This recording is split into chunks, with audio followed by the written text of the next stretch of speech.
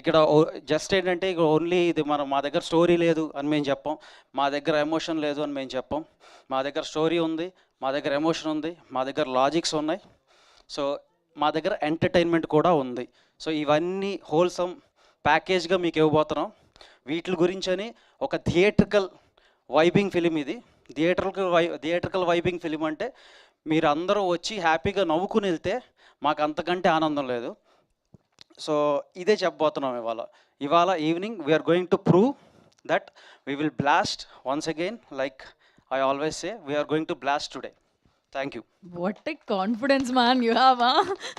Thank you. And okay, ముందుగా congratulations, ఇంత కాన్ఫిడెంట్గా ఉన్నారు కాబట్టి. అయితే నేను ఒక బిర్యానీ తినేసి థియేటర్కి వెళ్తాను. అయితే